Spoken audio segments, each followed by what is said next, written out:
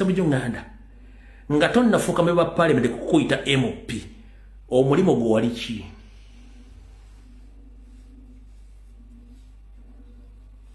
Wali news vendor ng'otunda mawulire oba ng'owandiikako article mu Observer naye nga wali otunda mawulire news vendor ebeera title ne title yo tekugisaako buyigirize bwo kati naawe okufuuka MOP tekukikujikisaako buyigirize bwo nti oba oli wa masters oba oli wa PhD oba oli wa degree no kati oli okubanga kansala temukimugisaako buyigirize bwe nti wa degree oba wa diploma no kati ye mu contest yagambidde mutasobola kukiza kansala kati ye yakulaze nti kansala is a useless person ngeri title. When you start to demean a title of an officer or is a title of a politician or any office, that means gweke nyini watategeera eri title nti kansala. Omuntu aba yasoma omuntu ira kasitambala senior 6 aba yasoma kati gwe bogambo tosobola kubeera interviewed by the counselor.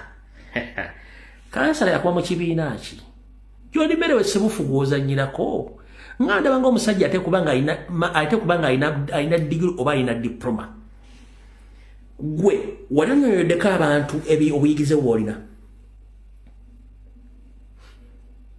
walionyonyodeka abantu obuyigirize bwolina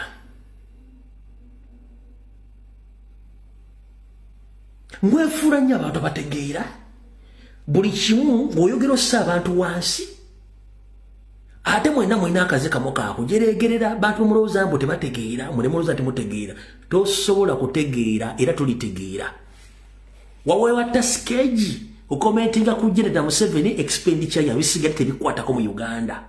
N'ekirala kukomba butafaali bwa Anita Amongi nkiddamu kukomba butafaali bwa Anita Amongi mu parliament ne wobolaze sina kiri okubanga mbikula oyinza okubanga wayingira kokke wa mujomba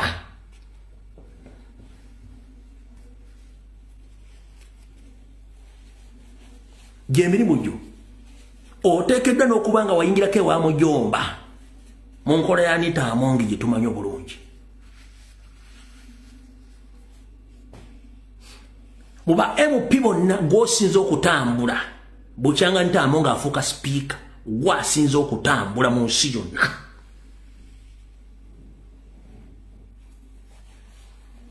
Ngojereke mbo omuntu kati njera kubuuza mulina ekibiina kya mulina ekibiina ky'ebifu kye bayita PPF ddagala ly'enziku siwe kiri nti mpozi mwe vettingiza mwe mwazikola ddi? Who vetted you and who vetted your leaders? Lwaki eva mufokasinga ku nupu bateriiwo mwe temwina lwaki temufokasinga ku byammwe? Mujomba semujunganda nkubuuza mwani abavetinga mu kibiina kyammwe ekyaddagala enziko ekya PPF era mwavetinga ddi? Mufenyo kubyokwatako mu bibiina byammwe nupu nga tenagaba kaadi buli omu badde asirise bwe yagabye kaadi kati mwasama. Nupu bwe yagobye bakozi ba Museveni ba elite era mwasama kubanga mukimanyi nti gweyita elite asigaddewo. Naye nga naawe amagezi matono ng'oyagala okumanya nti semujju amagezi matono munyiizira ojja otegeera nti amagezi alina matono. Nabawa tekiniki eri egi nyiiza semujju ojja otegeera nti obwongo talina. Nyiiza semujju nganda nga banyiizizza gundi akali ebyoya n'atandika okwogera mutegeera nti ono bulijjo nobwalooya story ki something no connecting. Abantu abo osobola bategeera ng'obanyiizizza oba tonna banyiiza tosobola bategeera ntegeera yaabwe. Oyo omwami nga mwagala otegeera nti tategeera munyiize mugjeeko oyo ojja tutegeera engeri gy'apasukamu olikotegeera nti tategeera. Bali mu kibiina kirala nnyo bawookera ekya nuupu kyokka nga n'ekyefudisi kye batandikawo kyagwa ba elite na kino kyennyini ekyaba elite kye batandise babuliddwa presidential candidate kyokka abuukira ekyafuna okuba twagobye ba agenti bannaabwe twagobye enkwezengeza bwe kyekibaluma awo tuvuddewo to torture Ugandans but for them they are just seated there to confuse people. Kuva mu 1962 abasajja Bakacha Mabeka, ba Abu Mayanja, ba bonna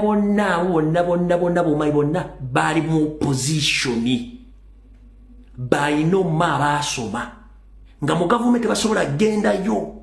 Bo babeera no confusing abantu. Ekyo bokitegedde. Ngamba nti okitegedde. Lwaki Beriti tebabeera mu government?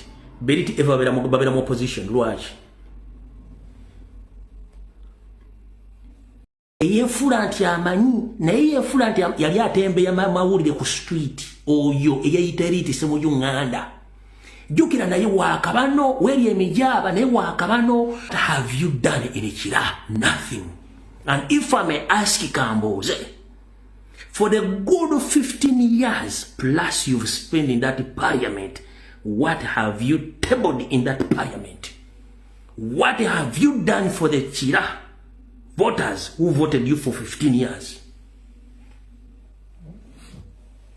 Ogambi oli Eriti wasoma. Wali otembeya mawulire kukuki mu kibuga wakati nze nkumanyi.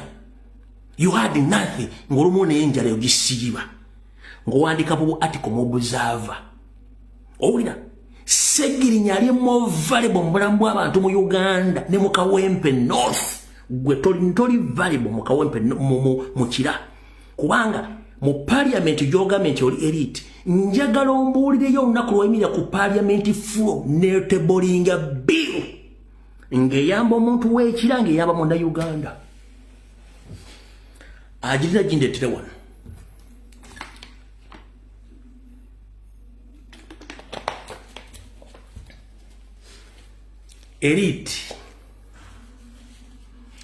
Eriti Ssemujju njagala oletere video emu nga bakusingise mu Luwummula ng'ogenze kuwandiika tteeka eriyamba Bannayuganda bonna naye nga libeesinga mu Kira gy'okiikirira. Etteeka eri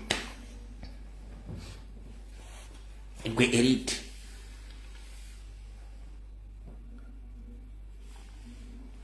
uno mumugamba aleeteyo video egi nga bamuwadde leave agenda awandikeyo etteeka eri limu bweriti oba lyakugyamu mbuto oba lyakwongeza maanyi ga kisajja oba lyakwongeza musolo bagukendeeza ng'etteeka yaliwandiika liri eri. Ne CEO wa Uganda Fisheries Sereko Muhammad Kagege yaleetayo lakiri ya social media biru niriganda buganyi twalimanya nti yatebolinga yetteeka gwe yeyita Eriti njagala te video olunaku lumu ng'otebolinze biru